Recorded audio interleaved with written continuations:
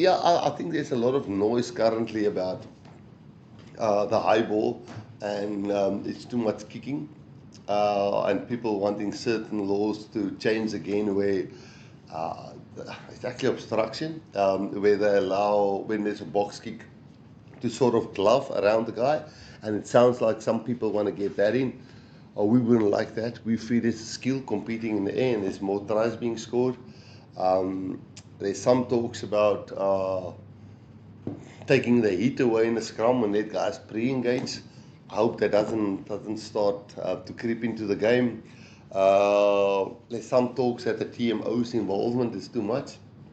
Would you want that to get the wrong result? But it's a spectacular game, and the TMO didn't get involved. But then we on the wrong side, or Australia's on the wrong side of that call because the TMO stayed out of it.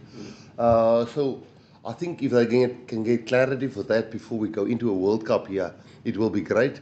But to have late law changes, I think, in a year prior to a World Cup, where you're building continuity and players getting used to the way things get done, hopefully it isn't a sudden change. I think one of the CEOs also said the process of adapting and getting law changes was Mr. Robinson.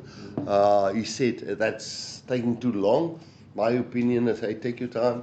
Let's find out. Sometimes there's consequences that looks hell of a cool, but then the end result is a player's value in a certain position just gets taken away because there's a new law change.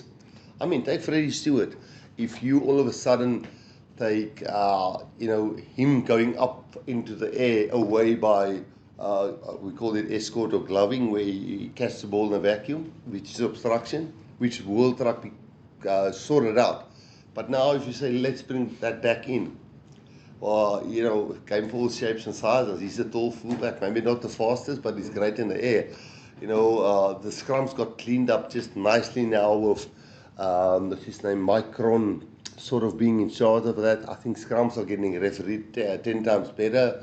The breakdown is sort of cleared out now. So I think whatever they want to have clarity on, let's just don't do it 18 months out and our teams. And again, with a global calendar that's not aligned, we will finish playing in November, and then we won't have Six Nations next year. And then those guys would have played another 5 games, and then we will be underdone. So that's more my worry.